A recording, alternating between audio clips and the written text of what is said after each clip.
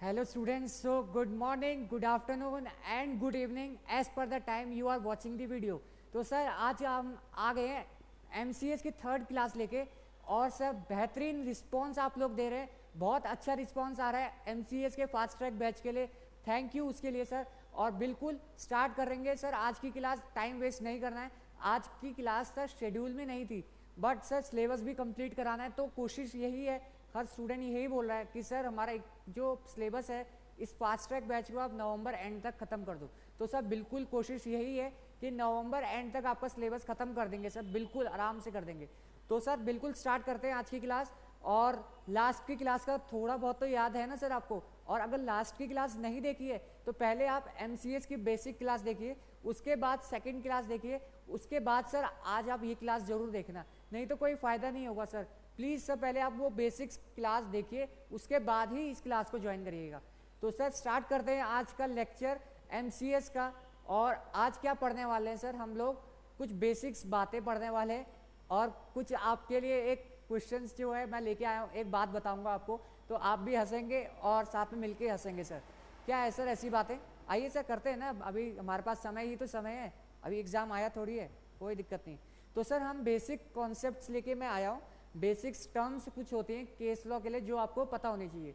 कुछ केसेस का तो मैंने आपको लास्ट क्लास में बताया था कि क्या कुछ बातें आप लोगों को पता होनी चाहिए, क्या लीगल टर्म्स हैं जो आप लोगों को पता होनी चाहिए।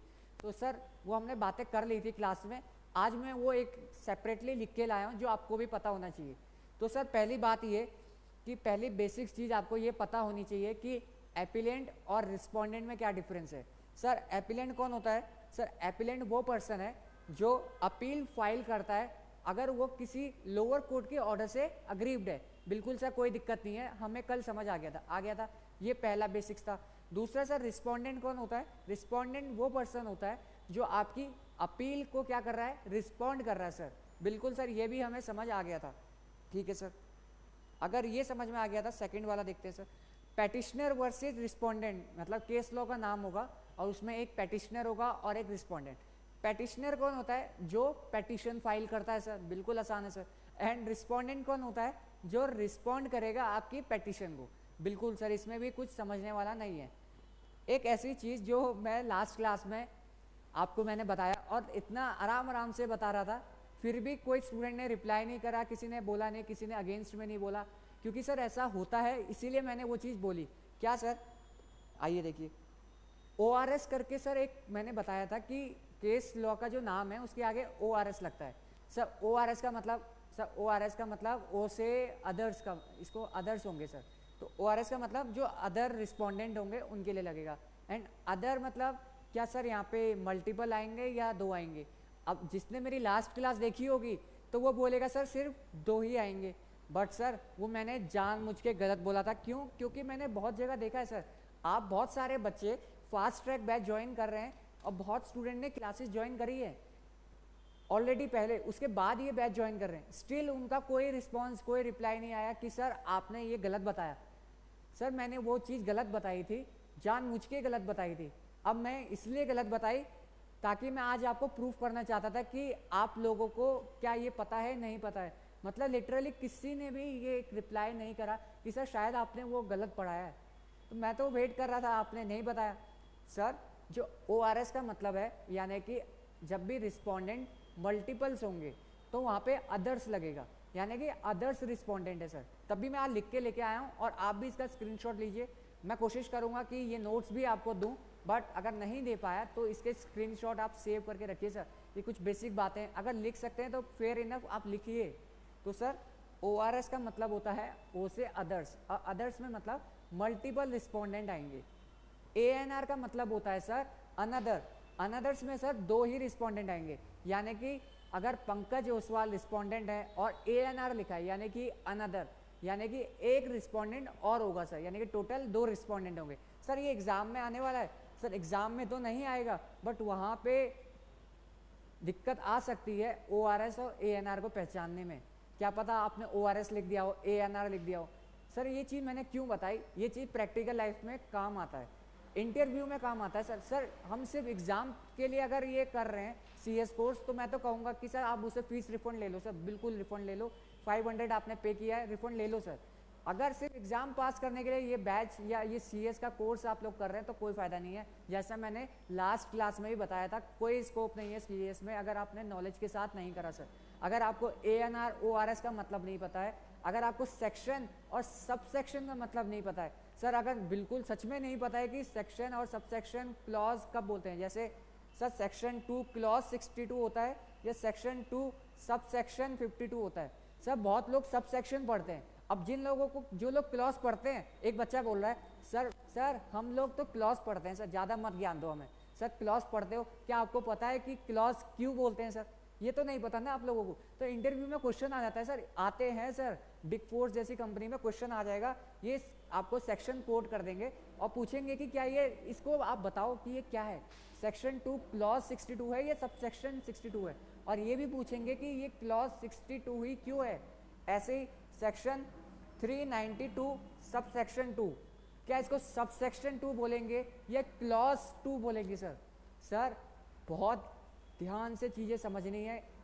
तो आपको क्या करना है सर, अगर ये भी नहीं मालूम आपको, कोई दिक्कत नहीं है सर, होता है, आपकी गलती नहीं है। अगर टीचर्स ने नहीं पढ़ाया तो आपकी कोई गलती नहीं है। तो सर ये जो सब सेक्शन, सेक्शन, क्लॉज के बारे में अगर डिफरेंस जाना है तो उसके लिए भी सेपरेट वीडियो यूट्यूब पे अवेलेबल है, आप एक बार देख लेना।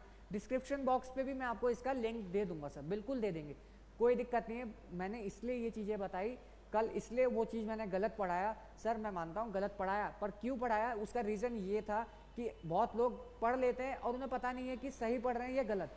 इसीलिए सर छोटी छोटी बातों को ध्यान रखना ज़रूरी है सर। अगर लॉ पढ़ रहे हो ना सर, सब प्रैक्टिकली समझो, चीज़ों को समझो, एक एक लाइन का मीनिंग है सर, और एक एक लाइन से आप लाखों करोड़ों रुपए कमा सकते हैं। तो सर बहुत प्रैक्टिकल है सर, लॉ थियोरेटिकल होगा तो आप लोग नहीं पढ़ सकते उसे, और पढ़ भी लिया सर कोई फ़ायदा नहीं है। तो सर चीज़ों को ओपन माइंडेडली, ब्रॉड माइंडेडली, दिमाग खोल के पढ़िए सर, मतलब दिमाग खोल के पढ़ेंगे और ऐसे पढ़ेंगे कि ये चीज़ मुझे कल को कमा के देने वाली है। एक एक लाइन को अच्छे से पढ़िए तो ही फ़ायदा है सर। नहीं तो कोर्स कर रहे हैं आप, कोई आप एग्ज़ाम नहीं दे रहे, कोर्स कर रहे हैं, यानी कि यहाँ आपका डेवलपमेंट हो रहा है, आपके स्किल्स को डेवलप करा जा रहा है, और वो स्किल्स को डेवलप आप ही को करना है। अगर वो डेवलप कर दिया ना सर, मज़ा आ जाएगा सर, मतलब लाखों से ज़्यादा, मतलब जितना चाहते हो उतना पैसा कमा सकते हो, बस आपको नॉलेज पे काम करना है सर। CS, जो C और S लगाए ना, ये एक वर्ड है खाली, चाहे C और A लगाए तो सर ये वर्ड है, वो मैटर ही नहीं करता सर आपके आगे क्या लगा है। सर नॉलेज, सर नॉलेज की, नॉलेज CS नहीं है, नॉलेज तो ये है सर, ये लॉ की नॉलेज होना, उसके एग्ज़ाम निकाल के आप CS बनेंगे। बट सर अगर एग्ज़ाम नहीं निकला और नॉलेज है तो सर क्या ही बात है सर, मतलब ऐसे बनिए कि नॉलेज की मतलब CS वर्ड की, CA वर्ड की आपको ज़रूरत ही ना पड़े सर। ऐसे डॉक्टर बनो कि आपको नाम की ज़रूरत ही नहीं पड़े कि डॉक्टर लगाए, पर लाखों लोग आपके पास आए आपसे कंसल्ट करने के लिए। आप सोच रहे हैं ना कि एग्ज़ाम ICSI फेल कर रहा है, करने दो सर, क्या कर सकते हैं, कर दे भाई फेल, बट जो ये नॉलेज के लिए ये किताबें मिली है, इससे नॉलेज लो सर। हमारे प्राइम मिनिस्टर मोदी जो हैं, आपने सुना होगा, उन्होंने जैसे वो बोलते हैं कि मैंने औपचारिक रूप से तो शायद 8वीं 10वीं 12वीं शायद 10वीं तक बोलिया कि मैंने, सर मोदी जी बोलते हैं भाइयों बहनों, हमने जो है औपचारिक रूप से सिर्फ, यानी कि वो कहते हैं ना ऑथराइज या सर्टिफाइड रूप से 11th 12th या 10th करी है, उसके बाद से मेरी जो पढ़ाई हुई है वो सारी अनऔपचारिक है, यानी कि अनऑथोराइज वे में करी है, यानी कि कहीं स्कूल नहीं गए, कहीं से रिकग्निशन नहीं मिला, तो अनरिकग्नाइज पढ़ाई थी उनकी। तो सर देखिए आज मोदी जी कहाँ हैं, मतलब लोग सर उनकी मतलब बातों को सुनते हैं, उनकी बातों को सलाम करते हैं, तो सर क्यों? ज्ञान सर, ज्ञान सर्वोपरि है, ज्ञान सबसे आगे है। ये कोर्स चाहे CA हो CS हो, लड़ने दो सर, फैकल्टीज जो टीचर्स लड़ रहे हैं उनका काम है सर, वो हमारे लिए करेंगे, हम भी प्रोटेस्ट करेंगे, वो हमारा काम है। आप लोग इन चक्करों में मत पड़ो कि सर वो बोल रहे हैं स्कोप नहीं है, कोई बोल रहा है स्कोप है, कोई बोल रहा है CS रजिस्टर बनाता है, हाँ बनाता है सर, हम तो उससे भी ऊपर CS का कोर्स कर रहे हैं, पर हम तो उससे भी ऊपर है सर, क्योंकि नॉलेज सबसे ऊपर है सर, CS से भी ऊपर है ये नॉलेज, ये बुक्स, ये प्रैक्टिकल नॉलेज, ये सब CS के नाम से बहुत ऊपर है सर। CS का नाम तो बहुत छोटा है, उससे ऊपर आपको जाना है, तो सर ये चीज़ें फॉलो करनी पड़ेंगी। मैंने करी तो देखिए आज मैं यहाँ पे चीज़ों को जो है ईजिली ले रहा हूँ, ईजिली चीज़ें मुझे मिल रही हैं, मेहनत कर रहे हैं तो सर रिवॉर्ड भी मिल रहा है। तो सर मेहनत कब करनी है सर? सर CS बनने के बाद, जब एग्ज़ाम निकल जाएगा उसके बाद मेहनत करेंगे। बहुत लोग करते हैं सर, मतलब एक CS होने के बाद भी पढ़ते हैं, CS होने के बाद भी क्लासेस लेते हैं सर, तो ये नहीं करना सर। यही टाइम है पढ़ने का, जो आपका टाइम है, इसी टाइम में आपको एक बार पढ़ना है, ऐसे पढ़ना है कि सब मज़ा आ जाए। ऐसे पढ़ेंगे तो सर मज़ा आएगा भी और सर वर्थ इट होगा। मतलब सर मेरा लेक्चर जो है ना फास्ट ट्रैक है, ये तो मैं बहुत जल्दी ख़त्म कर दूंगा, बट मेन रीज़न ये है कि अगर आप लोग मुझसे जुड़ रहे हैं तो मैं चाहता हूं कि अगर मेरी बात एक स्टूडेंट भी समझ जाए ना तो मेरे लिए बहुत वर्थ इट है। यानी कि अगर वो 25-50 कमा सकता था बट मेरी बात उससे समझी कि सर नॉलेज का फ़र्क तो है। बहुत स्टूडेंट का क्वेश्चन आता है कि सर सीएस का एग्ज़ाम निकाल दिया तो नॉलेज तो होगी। सब मार्केट में जाइए, इंटर्नशिप करते हैं ना तब पता चलेगा आप लोगों को, फाइनल वालों को तो पता चल जाता है कि सर मार्केट में जाके सीएस को भी 25,000 मिल रहे हैं और एक जगह पे 1 लाख भी मिल रहे हैं। तो सर नॉलेज कहाँ है सर?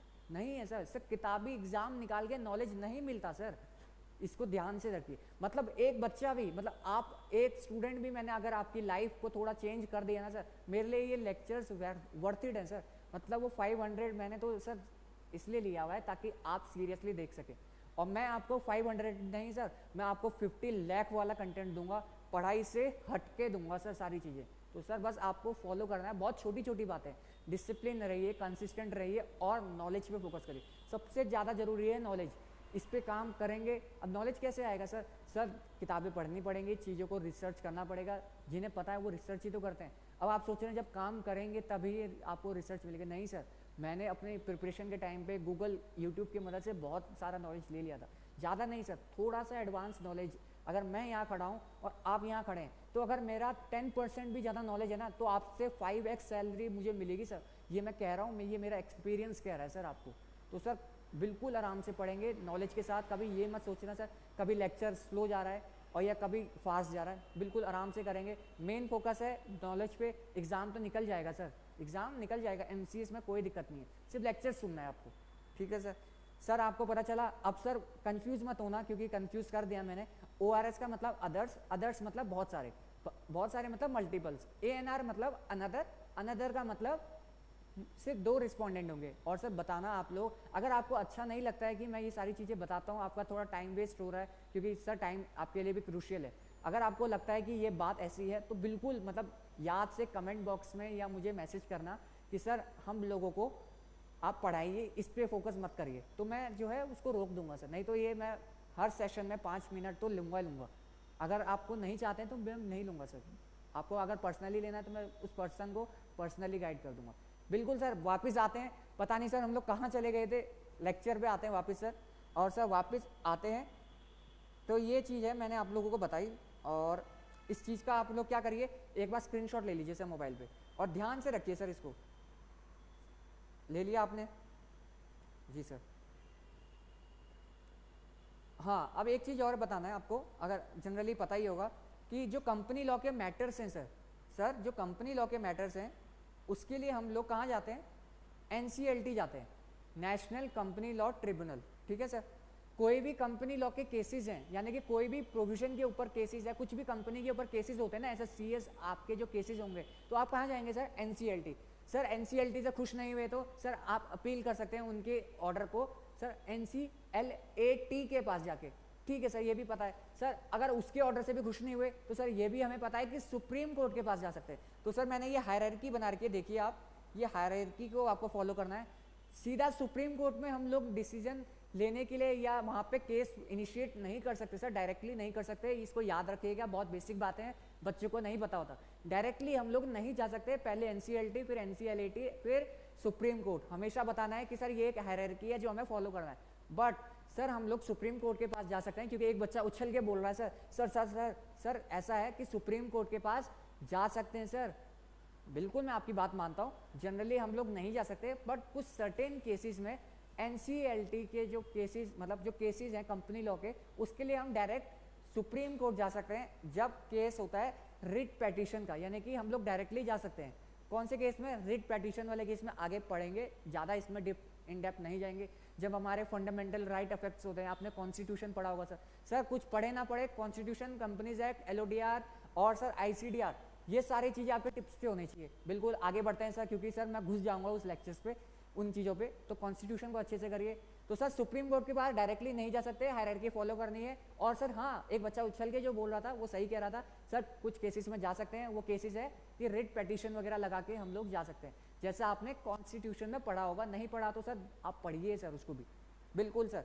उसके बाद मैं आपको ये चीज़ बताना चाहता हूँ सर, यहाँ पे जब हम केस लॉ पढ़ेंगे ना सर, तो बहुत जगह पर हाई कोर्ट आएगा, कंपनी लॉ के केस हो रहा है, बट हाई कोर्ट मतलब कंपनी लॉ का प्रोविजन है और हाई कोर्ट में केस गया हुआ है, तो आप बोलेंगे सर यहाँ पे हाई कोर्ट आ गया, तो सर हाई कोर्ट आएगा सर। और सर हाई कोर्ट क्यों आएगा, क्योंकि कंपनीज एक्ट 2013 के बाद जो है एनसीएलटी आया था, पहले एनसीएलटी नहीं था, पहले हाई कोर्ट और सुप्रीम कोर्ट के पास केसेस थे, पर भर भर के हाई कोर्ट के पास जो है फैमिली के झगड़े, मियाँ बीवी के झगड़े, पारिवारिक झगड़े, निब्बा निब्बी सारे सब झगड़े सारे आ रहे सर, सब झगड़े आते थे। तो हाई कोर्ट वाले मतलब उनके उम्र से पहले ही बाल सफ़ेद हो जाते थे, बाल सफ़ेद बाल ही झड़ जाते थे, यानी कि 25 साल का अगर जज बैठा हुआ है तो सब बाल भी गायब हो जाते थे 25-26 साल में ही उनके।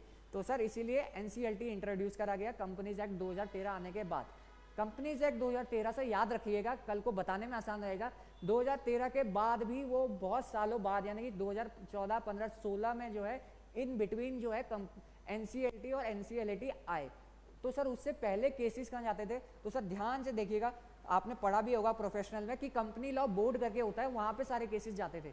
तो सर पहले क्या होता था, कंपनी लॉ बोर्ड के पास केसेस जाते थे, कंपनी लॉ मैटर्स के, फिर उसके बाद हाई कोर्ट के पास वो अपील वगैरह के लिए जाते थे, फिर उसके बाद से सुप्रीम कोर्ट के पास ये केसेस जाते थे। बाकी ये बातें तो आपको पता ही है कि सुप्रीम कोर्ट के पास जाना है तो हायरार्की फॉलो होगी। सर बिल्कुल इसका आप लोग क्या करिए सर, स्क्रीनशॉट ले लीजिए एक बार। सर कंपनी लॉ के मैटर्स ले लिया सर, बिल्कुल आगे बढ़ते हैं सर। उसके बाद सर एक मैंने आपको बताया था इम्प्यून डिसीजन।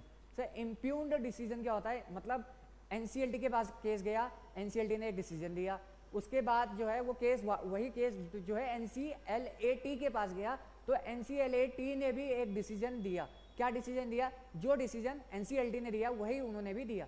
सर दोनों ने एक ही डिसीजन दिया, तो इसको क्या कहते हैं, द डिसीजन ऐसा डिसीजन होता है, ये डिसीजन को बोलते हैं इम्प्यून डिसीजन, जजमेंट या डिसीजन ऑलरेडी पास, यानी कि एनसीएलटी ने भी ऐसा डिसीजन दिया जो ऑलरेडी पास हुआ था। तो सर ये एग्जाम में जो है आपको लिखना है इम्प्यून्ड डिसीजन। सब भूल जाते हैं कुछ बच्चे, इसको नेगेटिव लेते हैं, सर इम्प्यून्ड डिसीजन लिखा हुआ है कि एनसीएलटी ने इम्प्यून्ड डिसीजन दिया, तो कुछ नेगेटिव सा लगता है ना, नहीं सर, इसका मतलब है जजमेंट ऑलरेडी पास। तो जब एग्जाम में कोट करोगे तो एक चीज याद रखिएगा, जब भी आप लिखिए ना एग्जाम में जैसे इम्प्यून डिसीजन है, तो सर इतना भारी शब्द आप लोगों ने याद करा है सर, तो इस याद करे शब्द को वेस्ट मत जाने दो, एक अंडरलाइन हाईलाइट कर दिया करो सर की टर्म्स को। सर आईसीएस है, मैंने जब एग्जाम निकाला अपने सिंगल अटेम्प्ट्स में, तो वहाँ पे मैं क्या करता था, ये जो भारी शब्द होते थे ना, इनको बोलते हैं लीगल टर्म्स, इंपॉर्टेंट की टर्म्स बोलते थे सर, जो मॉड्यूल या गाइडलाइन आंसर में दिए होते थे, तो वही चेक करता है एग्जामिनर।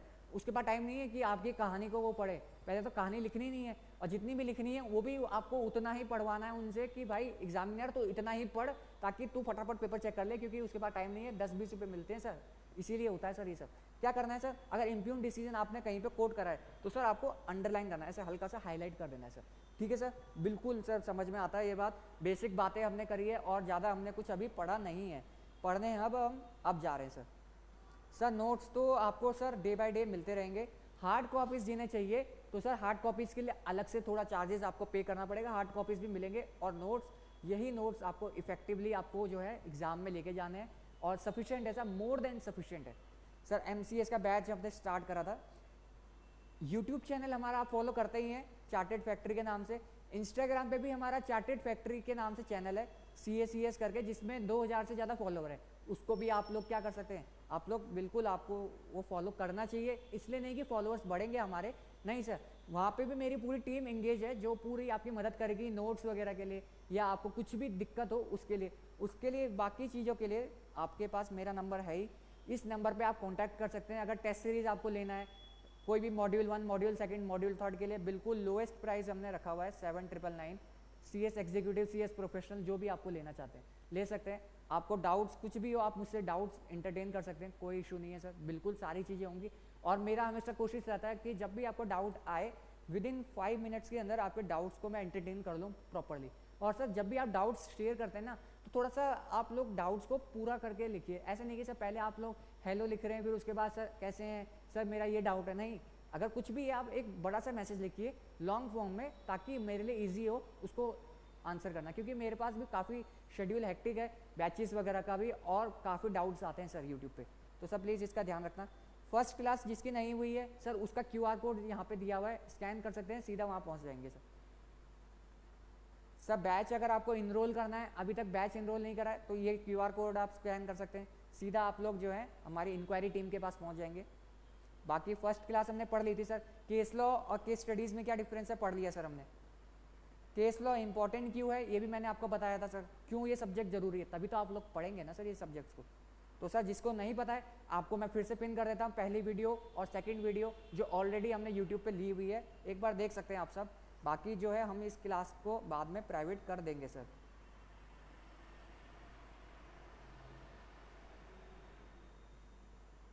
केस लॉ नंबर 1 हमने पढ़ा था। आइए सर, अगर आपको याद हो तो एक बार रिवीजन करते हैं फटाफट। सर केस का नाम क्या था? अरुणा ओसवाल वर्सेस पंकज ओसवाल। सर याद होना चाहिए सर, मतलब क्लास में याद हो जाए, सेल्फ स्टडी की भी जरूरत ना पड़े। पंकज अरुणा ओसवाल वर्सेस पंकज ओसवाल। अरुणा ओसवाल कौन थी सर? सर ये अपीलेंट थी, ये भी याद है सर। सर वो रिस्पोंडेंट था, ये भी याद है सर। केस किसका था? सर सुप्रीम कोर्ट का केस है, बिल्कुल सर। अब सर क्या क्या याद आ रहा है? मेन चीज यही याद रखनी है कि इनके बीच में फैमिली टसल हुआ था, झगड़े हुए थे, माँ बेटे का केस था सर। और क्या हुआ था? बेसिक चीजें, लीगल इशू ये इन्वॉल्व था कि सर शेयर्स के ऊपर लड़ाई हो रही थी, और लड़ाई ये थी कि ऑपरेशन एंड मिसमैनेजमेंट की एप्लीकेशन फाइल कर सकता है या नहीं कर सकता है। तो सर पहली चीज, सबसे पहली बात याद रखनी है कि पार्टीशन सूट में जो है पंकज ओसवाल ने पार्टीशन सूट डाला था, और पार्टीशन सूट में उसको कुछ शेयर्स मिलने वाले थे जो अभी मिले नहीं। एनसीएलटी ने क्या करा उसके बाद? एनसीएलटी ने कहा कि सर रुकिए, एनसीएलटी से पहले फिर पंकज ओसवाल ने क्या करा? ऑपरेशन एंड मिसमैनेजमेंट की एप्लीकेशन एनसीएलटी में डाल दी। एनसीएलटी में एप्लीकेशन डालते ही एनसीएलटी ने एप्लीकेशन एक्सेप्ट कर ली। किस बेसिस पे एक्सेप्ट करी सर? ये बेसिस याद रखिए। बेसिस ये था कि एनसीएलटी ने कहा कि भाई आपको जो है आपकी एप्लीकेशन एक्सेप्ट करी है इस बेसिस पे। अरुणा ओसवाल से बोला है कि हमने इसलिए इनकी एप्लीकेशन एक्सेप्ट करी क्योंकि पार्टीशन सूट इन्होंने डाल दिया है और सिविल कोर्ट में भी इनको शेयर्स देने वाला है। तो सर शेयर्स देने वाला है, इस बेसिस पे आप लोगों को हम एप्लीकेशन एक्सेप्ट करवा रहे हैं। कौन सी? ऑपरेशन एंड मिसमैनेजमेंट की। इतना याद रखना है सर, ऑपरेशन मिसमैनेजमेंट के बारे में ज़्यादा याद रखना नहीं है सर, यहाँ तक क्लियर है। अब सर वो एनसीएलएटी के पास गई। कौन सर? माजी गई हमारी, अरुणा ओसवाल जो है वो गई, और एनसीएलएटी के पास गई, यानी कि अपील लेके गई होगी सर। अपीलेट अथॉरिटी है सर, अगर अपीलेट अथॉरिटी के पास जा रहे हैं तो अरुणा ओसवाल क्या हो गई? यहाँ पे अपीलेंट हो गई सर। ठीक है सर, वो चले गई। तो सर उन्होंने क्या बोला? एनसीएलएटी ने कहा इम्प्यून्ड जजमेंट, यानी कि सर उन्होंने इम्प्यून्ड ऑर्डर पास करा, यानी कि एक ऐसा ऑर्डर जो ऑलरेडी पास करा था। उन्होंने भी सेम बात बोली, इसको शेयर्स मिलनी चाहिए। माँ जी फिर भागते भागते बेचारी गई कहाँ? सुप्रीम कोर्ट के पास। और सुप्रीम कोर्ट ने क्या बोला? सुप्रीम कोर्ट ने ये बोला सर कि सर जो ये पेटिशनर है, यानी कि जो पंकज ओसवाल है, रिस्पोंडेंट है, इसको शेयर्स नहीं मिलेंगे सिर्फ इस बेसिस पे कि इसको शेयर्स मिलने वाले हैं। सर कैसी बात कर रहे हैं एनसीएलटी, आप क्या भगवान हो? क्या पता उसे नहीं मिल रहा, क्या पता अरुणा ओसवाल जीत जाए। तो इस बेसिस पे आप ऑपरेशन एंड मिसमैनेजमेंट का एप्लीकेशन फाइल नहीं कर सकते। कुछ minimum required number of shares चाहिए थे, और वो रिक्वायर्ड नंबर ऑफ शेयर्स अभी नहीं हो रहे थे, पार्टीशन की बात होते। ऐसे ही सर केस आएगा। अब सर ये मैंने क्या बताया? डिसीजन बताया।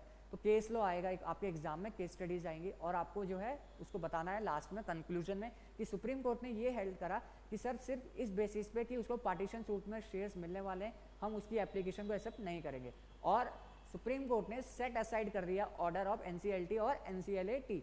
तो सर उस केस में ऐसा हुआ था, तो इस केस में भी ऐसा ही होगा। तो सर केस क्या होगा? यहाँ पे बेसिक लीगल इशू यही इन्वॉल्व है कि आपको देखना है कि रिक्वायर्ड नंबर ऑफ शेयर्स नहीं थे, और रिक्वायर्ड नंबर ऑफ शेयर्स चाहिए to file application to NCLT और एनसीएलएटी। तो क्या वो एनसीएलटी और एनसीएलएटी उसको, या फिर कहें क्या वो एप्लीकेशन फाइल कर सकता है? तो सर सुप्रीम कोर्ट के केस में ये हुआ था कि वो नहीं कर सकता।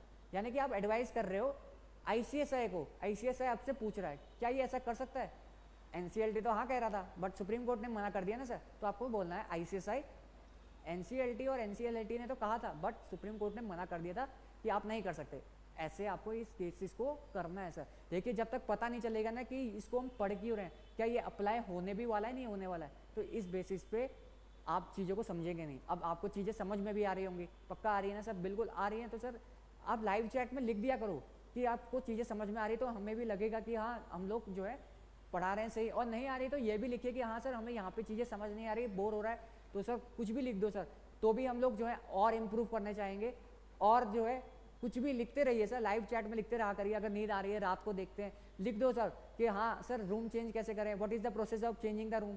सर खाने के लिए कुछ मंगा दो, करते रहा करो सर। मस्ती से पढ़ना है सर। देखो बर्डन लेके पढ़ोगे तो कोई कोर्स नहीं होने वाला, प्रोफेशनल नहीं हो पाएगा। मज़े से पढ़ना है सर, बिल्कुल मज़े से, इंजॉयमेंट के साथ ऐसे पढ़ो कि सर होगा होगा, नहीं होगा नहीं होगा। आगे बढ़िए सर। केस लॉ हमने ये कल करा था। अब सर इसमें एक चीज़ और थी, सेक्शन 244। सर 244 में आपको एक बार दिखा देता हूँ।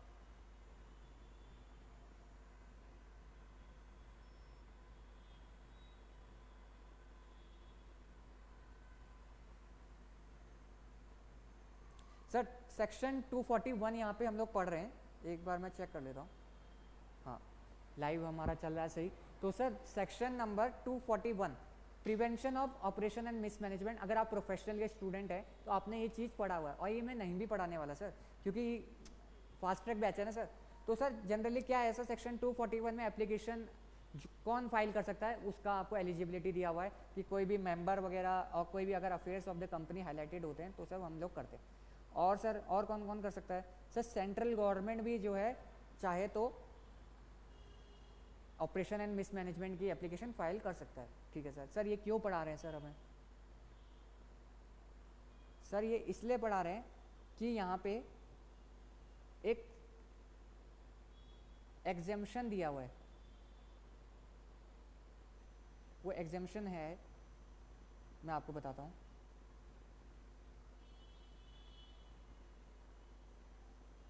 हाँ देखो, जो पहला केस लॉ था, देखो एक दो केस लॉस में हम थोड़ा स्लो जाएंगे, बाकी हो जाएगा सर, डरना मत कि धीरे जा रहा है, बिल्कुल मतलब जो कमिटमेंट है, क्योंकि सर आपसे ज़्यादा हम लोग, मैं जो हूँ ज़्यादा टेंशन है मेरे अंदर ज़्यादा रिस्पॉन्सिबिलिटी, आपको वो सरदर्दी नहीं लेना है सर, वो प्रेशर नहीं लेना है। मेरे अंदर प्रेशर है, मुझे प्रेशर लेना है, मुझे पता है कि आप लोग प्रोफेशनल के स्टूडेंट है, आपका कोर्स हो जाना चाहिए, मैं जानता हूँ। तो सर बिल्कुल मेरे ऊपर बस आपको क्या करना है ना, एक चीज़ ये होता है कि आप लोग ट्रस्ट नहीं करते किसी भी फैकल्टीज़ पे।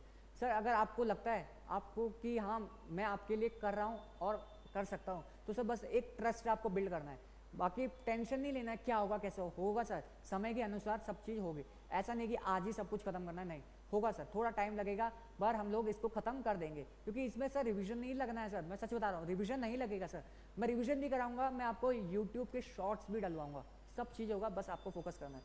सर मैं क्या बता रहा था कि जो अरुणा ओसवाल और पंकज ओसवाल में हमने पढ़ा, वहाँ पे ये हुआ था कि वो एप्लीकेशन फाइल नहीं कर सकता क्योंकि वो एलिजिबल नहीं था। अब देखो सीएस यहाँ पे कोई गोगा सीएस होगा, यानी कि गोगा सीएस का मतलब होता है ना जिसके अंदर बुद्धि नहीं है, तो ऐसा बंदा ही गया होगा वो पंकज ओसवाल जो है उससे कंसल्ट करने। तो सर क्यों सर ऐसा क्यों बोला आपने? देखो सर इतनी बेसिक सी चीज़ है कि सेक्शन 244 में लिखा है कि अगर कोई एलिजिबिलिटी क्राइटेरिया को मीट नहीं करता तो भी वो एप्लीकेशन फाइल कर सकता है। सर देखिए कहाँ लिखा है, देखिए ये सेक्शन 244 है, यहाँ पे राइट टू अप्लाई लिखा हुआ है कि आप 241 में अप्लाई कर सकते हैं ऑपरेशन मिसमैनेजमेंट की। ठीक है, तो आपको जो है मिनिमम शेयर कैपिटल कितना होना चाहिए, मिनिमम अगर आपकी शेयर कैपिटल है तो मिनिमम 100 मेंबर या 1/10 of total number of member, जो भी लेस होगा। ठीक है सर, ये भी पता है। और शेयर कैपिटल नहीं है तो 1/5 ऑफ टोटल मेंबर, मतलब जो भी प्रोविजन है सर, मेन सर ये है प्रोवाइडेड दैट, सब फर्स्ट प्रोविजन लिखा है यानी कि एग्जम्पशन दिया हुआ है, प्रोवाइडेड दैट द ट्रिब्यूनल में, ट्रिब्यूनल चाहे तो, में लिखा है सर, यानी कि उसके ऊपर डिस्क्रिप्शन है, on the application made to it in this behalf waive of all, देखिए सर क्या लिखा है, ट्रिब्यूनल में waive of all or any of the required specified clause A or clause B so as to enable the member to apply under subsection 241।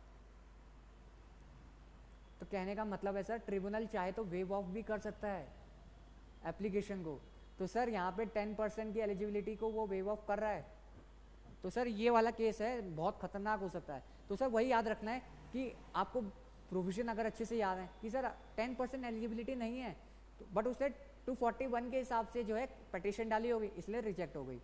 अगर वो petition डालता provision के हिसाब से सेक्शन 244 के हिसाब से तो शायद उसकी एप्लीकेशन एक्सेप्ट हो जाती।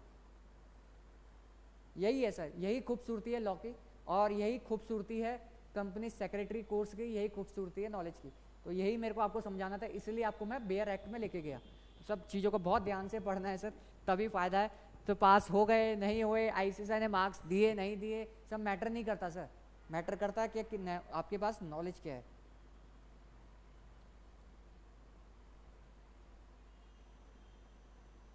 आइए सर सेकंड केस लॉ पढ़ते हैं, ये केस हमने नहीं पढ़ा था, इस केस लॉ को करते हैं सर। केस लॉ का नाम है Ashish O Lalpuria versus Kumaka industries and ORS. Sir Ashish O Lalpuria Ashish O Lalpuria versus Kumaka industries limited and ORS. Sir कोई बताएगा प्लीज सर लाइव चैट में, प्लीज सर लाइव चैट में या फिर आप कमेंट बॉक्स में फटाफट लिख के बताओ कि ओआरएस का मतलब क्या था। सर ओआरएस का मतलब क्या था सर, जल्दी बताइए सर, जल्दी लिख दीजिए, अब तक तो लिख देना चाहिए था। हाँ सर एक बच्चे ने लिखा है सर इसका मतलब है अदर्स। अदर्स का मतलब क्या, 2 रिस्पोंडेंट या मल्टीपल? सर यहाँ पे है मल्टीपल रिस्पोंडेंट सर। अब हम गलती नहीं करेंगे सर, और आप भी सर ऐसे मत करा करो, हम लोग तो सर वो चीज़ याद करके बैठे थे सर, गलती करवानी पड़ती है सर। तो सर मल्टीपल रिस्पोंडेंट है यहाँ पे, यानी कि कुमाका इंडस्ट्री तो है ही, उसके साथ और भी लोग हैं, तो सर ध्यान रखिएगा। तो सर आशीष और लालपुरिया वर्सेस कुमाका इंडस्ट्रीज। तो सर इस केस में क्या हुआ था मैं आपको बताता हूँ। मैं ऐसा करता हूँ, आप लोगों को पहले ओवरव्यू देता हूँ, फिर जो है इस केस को पढ़ते हैं। सर इस केस में क्या हुआ था, आशीष और लालपुरिया जो है सर, अगर ये केस कहाँ का है, NCLAT का। तो सर अगर NCLAT का केस है तो आशीष का नाम सबसे आगे लिखा है, तो क्या ये अपीलेंट होगा, ये पेटिशनर? सर ये अपीलेंट अथॉरिटी के पास गया हुआ है केस, यानी कि ये अपीलेंट होगा, यानी कि ये केस NCLT के पास जा चुका है सर। तो सर ये क्या होगा, ये अपीलेंट होगा और दूसरा रिस्पोंडेंट होगा। ऐसे केस लो आपको आना चाहिए सर। सर मैं बाद में नहीं बताने वाला कि ये इसका नाम ये है, केस स्टडीज जब पढ़ेंगे तो वहाँ पे एग्जाम में दिक्कत होगी, तो ध्यान से देखिए। सर NCLAT लिखा हुआ था, इसलिए मैंने देखा कि सर AT लिखा हुआ है, यानी कि अपीलेंट ट्रिब्यूनल है, यानी कि यहाँ पे अपील गई होगी, और नाम आगे जिसका लिखा है यानी कि उसका अपीलेंट नाम होगा सर, उसको अपीलेंट बोलेंगे। तो सर क्या हुआ था, कुमाका इंडस्ट्रीज ने क्या करा, एक स्कीम होती है, scheme of compromise and arrangement, आपने पढ़ा है सर CRI के पेपर में, मैं वहाँ नहीं जाऊँगा। तो वो स्कीम्स के लिए अप्लाई करा, तो सर अप्लाई करा और वो स्कीम वगैरह जो है वो अप्रूव हो गई, सब कुछ हो गया, तो ठीक है सर। तो सर स्कीम अप्रूव हो गई तो दिक्कत कहाँ आई? तो सर दिक्कत आएगी ना सर, अगर कोई कॉम्प्रोमाइज़ कर रहा है, यानी कि मान लो मेरा 1 लाख का डेट था, या मुझे किसी से पैसे लेने थे, मतलब मैं कंपनी हूँ, आपने मुझे पैसे दिए 1 करोड़ रुपए और मैंने किसी को 1 करोड़ दे दिए, वही 1 करोड़ में अब मैं कह रहा हूँ कि भाई तो 1 करोड़ नहीं, हम लोग कॉम्प्रोमाइज़ कर लेते हैं, 50 लाख दे दे, तो 50 लाख वो दे दिया। तो सर शेयर होल्डर तो आप लोग थे, तो शेयर होल्डर अगर आप लोग थे तो 1 करोड़ आपने दिए थे, अब उसके 50 लाख मिल रहे हैं, तो आप खुश हो गए? नहीं सर, क्यों खुश हो गए सर आप लोग? इसीलिए जो है आशीष एक शेयर होल्डर थे, इन्होंने केस फाइल कर दिया। तो सर इन्होंने केस फाइल कर दिया, तो सर क्या हुआ मैं आपको बताता हूँ, ओवरव्यू देते हैं आपको। तो सर आशीष ने क्या बोला कि सर जो ये स्कीम अप्रूव कर रहे हैं ना, NCLT से बोला जो ये स्कीम अप्रूव कर रहे हैं ये वैलिड नहीं है, इससे एक मेयर रेक्टिफिकेशन है कि जो ये स्कीम अप्रूव कर रहे हैं, इन्होंने ऑलरेडी सब कुछ कर लिया है, मतलब ये एक फॉर्मेलिटी कर रहे हैं, मतलब ये वैलिड नहीं है सर। तो सर अच्छा ऐसी बात है, बट सर उसके बाद क्या हुआ, उसके बाद कहानी में जो है बड़े साहब आए। बड़े साहब कौन सर? बड़े साहब कौन होते हैं सर? हमारे कंपनी लॉ में बड़े साहब होते हैं RD, रीजनल डायरेक्टर्स। सर आपको पता है ना सर RD कौन होते हैं sir? 7 RDs sir, ROCs, regional director divided है, MCA फिर RD। सर ये याद होना चाहिए, बेसिक चीज़ है, इंटरव्यू में जाओगे सबसे पहले यही पूछेंगे आप लोगों से, तो सर आपको पता होना चाहिए RD कौन होता है। तो RD ने क्या करा, RD ने भी ऑब्जेक्शन डाल दिया कि सर ये शेयर होल्डर तो सही बोल रहा है। किसको बोला ये सर? NCLT को, वो भी चला गया सर। ऐसा होता है ना कि RD के पास थोड़ा टाइम नहीं है, थोड़ा इसका ये चला गया, देखना बंद, आपने वहाँ से बंद कर दिया क्या?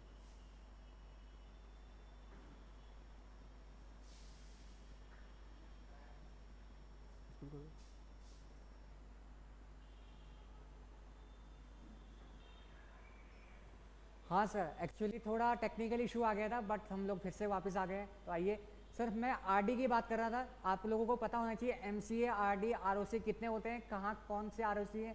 और सर अगर ये नहीं पता है तो सर पहले एक क्वेश्चन और पूछूंगा जिसका आंसर आपको मुझे कमेंट बॉक्स में देना है।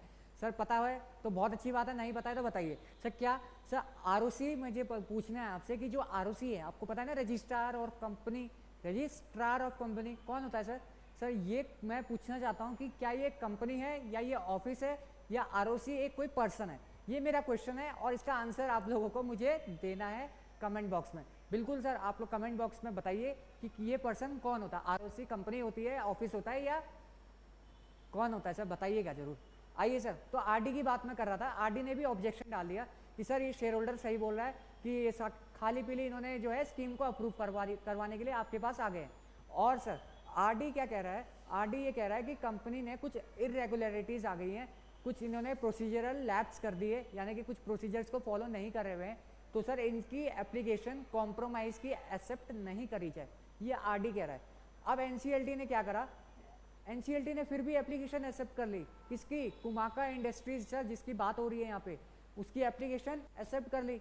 और सर आरडी को लताड़ा, क्या कहा सर? सर आरडी को ये बोला कि सर देखिए, आप जो ऑब्जेक्शन बोल रहे हैं इसका कोई वैलिड प्रूफ नहीं है और ये ऑब्जेक्शन से इम्पैक्ट नहीं पड़ने वाला पब्लिक पॉलिसी में, कोई नेगेटिव इम्पैक्ट नहीं पड़ने वाला। There will be no negative impact on the company और द कंपनी शेयर होल्डर्स और against the any policy of the company. तो सर कोई इम्पैक्ट नहीं पड़ने वाला, ये एनसीएलटी ने बोला। तीसरी चीज सर, जो प्रोसीजरल लैप्स था ना, वो ये था कि आप जब भी कॉम्प्रोमाइज की स्कीम अप्रूव करना चाहते हैं तो क्या करना पड़ता है सर? आपने अगर सेक्शन पढ़े हैं, सीआरआई पढ़ा है, तो सर वहाँ पे एक प्रोविजन लिखा गया है कि आपको before approving scheme to the NCLT या एप्लीकेशन फाइल करने से पहले सारे रेगुलेटर को, सारे कंसर्न रेगुलेटर को एप्लीकेशन देनी है सर। सर कौन होते हैं सर? अगर मान लीजिए आप बैंकिंग कंपनी है तो आरबीआई को देना पड़ेगा सर, सीसीआई को देना पड़ता है सर, इनकम टैक्स अथॉरिटीज को देना पड़ता है सर। अगर कंपनी लिस्टेड है तो सर सेबी से आपको कंसर्न अथॉरिटीज है ना सर, ये तो जितने भी कंसर्न अथॉरिटीज हैं इनसे आपको, इन रेगुलेटर से आपको क्या लेना है सर? आपको इनसे नोटिस इनको देना है कि हम लोग कॉम्प्रोमाइज करना चाहते हैं। तो सर ये नोटिस देना पड़ता है और ये नोटिस जिन कंपनीज ने नहीं दिया टू द कंसर्न, जिनको भी ये देना था, यानी कि अगर कुमाका इंडस्ट्रीज लिमिटेड अगर लिस्टेड कंपनी है तो उसको सेबी को भी देना चाहिए था, इनकम टैक्स अथॉरिटी को भी देना चाहिए था, सीसीआई को भी देना चाहिए था। तो सर इन्होंने नहीं दिया। यही चीज आशीष और आरडी बता रहे थे एनसीएलटी को। एनसीएलटी ने क्या करा? वेव ऑफ, कि भाई कुमाका इंडस्ट्री कोई बात नहीं यार, अरे तू तो मुन्ना मुन्ना चुन्ना मुन्ना बच्चा अपना, कोई बात नहीं दिया ना नोटिस, कोई बात नहीं, जा माफ कर जा। अब सर एनसीएलटी ने वेव ऑफ कर दिया। वेव ऑफ का मतलब एक ऐसी ऑब्लिगेशन जो आपको करनी थी, टू डू थी, बट आपने नहीं करी। वेव ऑफ को मतलब होता है कि आप लायबल थे करने के लिए बट आपको मना कर दिया, आपको रिमूव कर दिया उस ऑब्लिगेशन से, इसको बोलते हैं सर आपको वेव ऑफ कर देना। एनसीएलटी ने वेव ऑफ कर दिया। अब सर एनसीएलटी ने तो सुना दिया, अब क्या होगा सर? अब सर केस एनसीएलटी के पास गया हुआ है, तो आशीष अपील लेके गए एनसीएलटी के पास। एनसीएलटी ने कहा, एनसीएलटी ने सेट असाइड कर दिया ऑर्डर ऑफ एनसीएलटी। सर हो गया सर, फैसला हो गया। अब क्या फैसला हुआ सर? एनसीएलटी ने कहा सर हम लोगों को कंप्लायंस को एनकरेज करना है, डिसएनकरेज नहीं करना। आप कह रहे हो कि सर ये प्रोविजन मत फॉलो करो, ऐसे तो कल को बहुत केस आ जाएंगे और आप वेव ऑफ कर दोगे। सर हमने कानून किस लिए बनाए हैं? ताकि कानून को फॉलो करा जाए, एनकरेज करा जाए। तो अगर हम इन्हें मना कर देंगे कि सर आप लोगों को ये फॉलो नहीं करा आपने, कोई बात नहीं बेटा, अगर आपने फॉलो नहीं करा तो मत करो। सर ऐसे नहीं करना सर। एनसीएलटी ने डांटा और एनसीएलटी ने बोला, साफ बोला सर कि आज से आपको जो है कंप्लायंस को एनकरेज करवाना है, डिसएनकरेज नहीं कराना। ये ऑर्डर लाना बहुत ज़रूरी था एनसीएलटी के लिए सर। तो सर एनसीएलटी ने सेट असाइड कर दिया ऑर्डर जो भी एनसीएलटी ने पास करा था और आरडी के ऑब्जेक्शन को भी माना। अब कुछ स्टूडेंट के क्वेश्चन आते थे सर रेगुलर बैच में, वो भी मैं ले लेता हूँ। सर रेगुलर बैच के स्टूडेंट ये बोलते थे कि सर एनसीएलटी ने ये ऐसा खराब सा ऑर्डर पास करा, तो इस खराब ऑर्डर पे एनसीएलटी या सुप्रीम कोर्ट उन्हें फाइन कर सकता है, पिनलाइज कर सकता है? नहीं सर, उनको समझा सकता है, बोल सकता है, क्योंकि देखिए एनसीएलटी के जो जजेस हैं उनका नाम खराब हो गया ना सर कि उन्होंने ऐसा जजमेंट दिया। तो सर बस नाम खराब होता है, थोड़ा समझाते हैं, उनका बच्चा ही तो है एनसीएलटी, तो थोड़ा बहुत समझा देते हैं कि हाँ भाई आज से ऐसा मत करना। तो यही चीज़ है, कोई जो पेनल्टी वगैरह पिनलाइज वगैरह नहीं होता है। तो इस चीज़ का भी आपको ध्यान रखना है कि सर बच्चे पूछते हैं, तो इसलिए मैंने ये आपको बता दिया। तो सर आप लोगों को भी इसका थोड़ा फ़ायदा मिल गया सर। तो ठीक है सर, तो हम क्या कर रहे थे, ये केस लॉ हम लोग पढ़ रहे थे, आशीष O Lalpuria versus Kumaka industries. मैंने बता दिया अपीलियंट जो है आशीष थे, कुमाका इंडस्ट्रीज जो है वो क्या है, वो रिस्पोंडेंट थी। कुमाका इंडस्ट्रीज कहाँ गई सर? सर उन्होंने स्कीम अप्रूव कराई। सर एक बार मैं इसको क्लीन कर देता हूँ और आपको थोड़ा सा पढ़ा देता हूँ इसके बारे में। अब सर अगर आप चाहें ना इस लीगल इशू को खुद भी पढ़ सकते हैं एक बार। तो सर रिस्पोंडेंट कंपनी है कुमाका इंडस्ट्रीज। कुमाका इंडस्ट्रीज कौन है सर? रिस्पोंडेंट कंपनी है। इन्होंने स्कीम के लिए अप्लाई करा था। सर यहाँ पे सेक्शन देखिए, सेक्शन लिखा हुआ है 394 ऑफ कंपनीज एक्ट 1946, यानी कि पहले तो ये सेक्शन होते थे, अभी जो है सेक्शन 230 से लेकर 232 पे जो है स्कीम के लिए एप्लीकेशन जाता है। इन्होंने पहले अप्लाई करा था। अब क्या हुआ कि इनकी स्कीम को क्या करा गया है, इनकी स्कीम को सर एमसीए ने ट्रांसफ़र कर दिया था। यानी कि इन्होंने क्या करा सर, इन्होंने पहले वाले कंपनीज एक्ट के अकॉर्डिंग स्कीम के लिए अप्लाई करा, एनसीएलटी ने क्या करा या एमसीए ने क्या करा, इनकी स्कीम को ट्रांसफ़र कर दिया नए वाले जो कंपनीज एक्ट है उसके अकॉर्डिंग। सब बिल्कुल ऐसा कुछ खास बात थी नहीं यहाँ पे।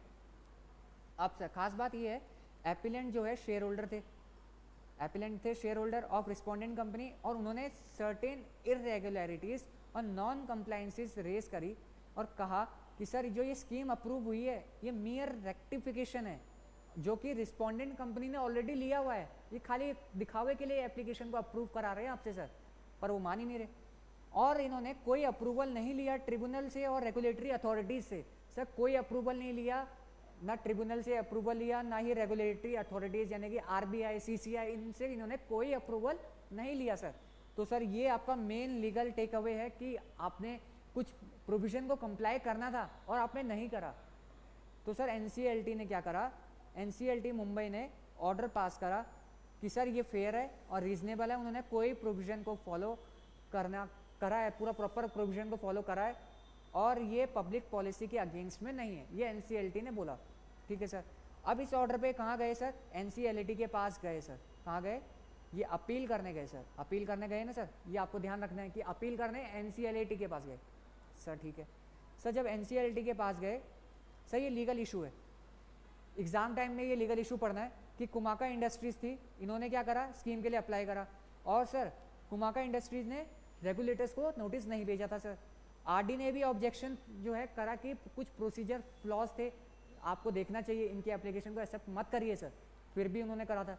स्कीम जो है मेयर फॉर्मेलिटीज़ है, इन्होंने ऑलरेडी अप्रूव कर दिया है सब कुछ, खाली एक मेयर फॉर्मेलिटीज़ की ये स्कीम को कॉम्प्रोमाइज़ करना चाहते हैं sir. Main legal issue sir ये आता है जिसका मैंने आपका काम बहुत आसान कर दिया। अगर आप मॉड्यूल पढ़ेंगे तो सर इतना बड़ा पेज है, आपको समझ में नहीं आएगा। एग्जाम टाइम में अभी आपको सिर्फ यही पढ़ना है जिससे आपको पता चल जाएगा कि इस केस में क्या है सर। उसके बाद सर स्टिल एनसीएलटी ने एक्सेप्ट करी application under 230 of companies act 2013। ठीक है सर। एनसीएलटी ने क्या करा, जो रेगुलेटर वाला प्रोविजन था उसको वेव ऑफ कर दिया और आरडी के ऑब्जेक्शन को कंसिडर नहीं करा कि ये प्रिजुडाइज नहीं है, अगेंस्ट नहीं है पब्लिक पॉलिसी के। ठीक है सर। आशीष ने क्या करा फिर, दुख पीड़ा सब, वैसे ही इतना दुख है, बीवी का अलग दुख है, बीवी अलग मारती है बेचारे को, उसके बाद एनसीएलटी ने और थप्पड़ मार दिए यहाँ पे, तो बेचारा वही दुख, बीवी के दुख को लेके कहाँ चला गया, बीवी के साथ गया एनसीएलटी के पास और अपील कर दी। और अपील में क्या बोला, अपील करी कहाँ, एनसीएलटी में। और एनसीएलटी ने देखा, क्योंकि एनसीएलटी में जो जज बैठा हुआ था वो भी अपनी बीवी से मार खा के आया हुआ था और वो उसके साथ खड़ा हुआ कि बेटे तू हर जगह मार नहीं खाएगा, सिर्फ बीवी से मार खाएगा चलेगा, क्योंकि उससे तो मैं भी मार खाता हूँ। बट एनसीएलटी ने उसके खिलाफ आपने ऑर्डर नहीं दिया। एनसीएलटी ने ऑर्डर क्या दिया कि भाई मैं ये ऑर्डर को सेट असाइड कर रहा हूँ। सेट असाइड मतलब एनसीएलटी ने जो ऑर्डर पास करा उसको सेट असाइड कर देना, यानी कि डिसमिस कर देना। और जो वो कंप्लायंस फॉलो नहीं करा ना सर, उसको डिस्करेज करा गया, तो उसको इनकरेज नहीं करना है सर, एनकरेज करिए कंप्लायंस को, ये एनसीएलटी ने कहा एनसीएलटी को। ठीक है सर। एनसीएलटी वेव ऑफ नहीं कर सकता सर, एनसीएलटी वेव ऑफ नहीं कर सकता। तो केस स्टडी क्या आएगी कि क्या एनसीएलटी ऐसे वेव ऑफ कर सकता है, नहीं सर, कंप्लायंस को एनकरेज करना है, तो याद रखिएगा। तो सर यही केस था, यही डिसीजन था। आपको क्या करना है, एग्जाम में ये डिसीजन बताना है, ये लीगल इशू जो है ये आपको कोट करना है। और ये तो सब फैक्ट्स थे, तो फैक्ट्स भी आपको कोट करने होते हैं, हम आगे करेंगे कि कैसे आंसर को लिखना है। ठीक है सर, टाइम ले रहे हैं हम पहले कुछ केस लॉ में, भले एक केस में 1 घंटा लग जाए कोई दिक्कत नहीं है, बट सर दिक्कत बाद में नहीं आनी चाहिए, इसीलिए ये दिक्कत अभी हम थोड़ी ले रहे हैं, थोड़ा सा सर। अब सर एक क्वेश्चन आएगा कि सर एनसीएलटी के पास गए, उसने एक ऑर्डर दिया, फिर उसके बाद एनसीएलटी के पास हम लोग गए, उन्होंने अपील जो है क्या करा सर, उसने अपील अलाउड कर दी सर। एक चीज़ और आगे बताएंगे कि अपील एनसीएलटी ने अलाउड करी है। अब सर कल को ये हो सकता है कि जो पर्सन है, कुमाका इंडस्ट्रीज जो कंपनी है, सब आप ये मत बोलना सर पर्सन क्यों बोले, सर पर्सन के डेफिनेशन में सब आता है। तो सर कुमाका इंडस्ट्रीज जो है ये क्या कर सकती है सर, ये सुप्रीम कोर्ट जा सकती है सर कल को, और सुप्रीम कोर्ट ये बोल सकता है कि सर बस एक वेव ऑफ, मतलब एक आपने आरबीआई को एक नोटिस नहीं दिया छोटा मोटा, या छोटा मोटा ये प्रोसीजरल फ्लॉज के कारण आप कंपनी को बंद नहीं कर सकते, आप स्कीम के लिए मना नहीं कर सकते। तो सर आगे कुछ भी हो सकता है, बट हो सकता है ना सर, आप बोलेंगे सर ऐसा हो सकता है, पर हमें वहाँ नहीं जाना है, क्योंकि अभी तो केस यहीं तक गया है और एग्जाम में यही पूछेगा कि क्या एनसीएलटी ने वेव ऑफ करना चाहिए या एनसीएलटी को वेव ऑफ करना चाहिए, तो आपका आंसर होना चाहिए सर अभी तो नहीं होना चाहिए। बाद में क्या होगा पता नहीं सर, सुप्रीम कोर्ट कुछ भी ऑर्डर दे सकता है, वो बोल सकता है कि सर नहीं वेव ऑफ नहीं होना चाहिए, वो ये भी बोल सकता है अरे कोई बात नहीं वेव ऑफ कर दिया, थोड़ा सा ही तो था, थोड़ा सा ही तो फॉलो नहीं करा, तो ये भी बोल सकता है। तो सर सारी चीज़ें हैं पॉसिबल, इसलिए मैंने पहली क्लास में कहा कि सर बिल्कुल ओपन माइंडेडली पढ़ना है, कुछ सोचना नहीं है कि ऐसा होगा वैसा होगा, क्योंकि एग्ज़ाम आने वाला है, एग्ज़ाम वैसा ना हो जाए सर, इसीलिए चीज़ों को बस समझते चलिए, सुनते चलिए बस। सर ये रीजनिंग है कि उस केस में क्या हुआ था और एनसीएलटी ने क्या बोला, और अगर आपको पढ़ने का मन है तो सर मैंने ये ब्लू करा हुआ है और ये जो रेड करा हुआ है ना, इसको जरूर पढ़ना, जो ये रेड करा हुआ है इसको तो मस्ट है सर, इसको पढ़ना ही पढ़ना सर आप लोग। और एक चीज़ मैं आपको बताना भूल गया जो मुझे बताना था सर, ये बताना चाहता हूँ कि एनसीएलटी ने क्या करा है, अपील को अलाउड करा और एनसीएलटी ने सेट असाइड कर दिया जो ऑर्डर पास करा था एनसीएलटी ने। तो इम्प्यून्ड ऑर्डर का मतलब क्या था सर, जो ऑर्डर ऑलरेडी पास हो चुका है, यानी कि एनसीएलटी ने एक ऑर्डर पास करा ना कि वेव ऑफ कर दिया सर, नहीं करेंगे एक्सेप्ट सर, तो वो क्या था, एक ऐसा ऑर्डर जो ऑलरेडी पास हुआ है, उस ऑर्डर को क्या करा सर, सेट असाइड कर दिया सर, क्या कर दिया, सेट असाइड कर दिया, उखाड़ के फेंक दिया, हट जा भाई, चल हट यहाँ से। और किसकी बात मानी, जो अपनी बीबी से दुखी था, आशीष। तो सर यहाँ पे एक लैंग्वेज लिखी हुई है, उसको ध्यान देना, अपील इज अलाउड लिखा है सर, यानी कि एनसीएलटी ने अपील अलाउड करी है, यानी कि उसके फेवर में करा है सर, अपील इज अलाउड, तो सर अपील इज अलाउड लिखना है सर एग्जाम में सर, ठीक है, फेयर इनफ। तो यहाँ तक समझ में आता है सर, बिल्कुल समझ में आता है। तो आज एक नई चीज सीखी कि सर अपील इज अलाउड, तो ध्यान से देखना, एनसीएलटी ने अपील करा है अलाउड, यानी कि अपील अलाउड हुई है, यानी कि उसके अगेंस्ट में नहीं सर, उसके खिलाफ ऑर्डर नहीं आया हुआ है, तो अपील अलाउड कर दी, यानी कि। तो सर एग्जाम में इसको कोट करना है सर, और जब भी कोट करें अंडरलाइन करें, आईसीएसआई जो भी एग्जामिनर बैठा है आईसीएसआई के वहाँ, उसको दिखना चाहिए कि आपने वो लैंग्वेज, वो स्लैंग लिखा है या नहीं लिखा है। बिल्कुल सर, ये केस हमने कल ही करा था सर, अलीबाबा वाले केस में वही डायरेक्टर था अलीबाबा, हम लोग डायरेक्टर थे, तो क्या हम लोग लायबल होंगे, तो सर बाहर में गया, आपने नोटिस दिया हो नहीं दिया हो, आप लोग लायबल नहीं होने वाले। बिल्कुल सर,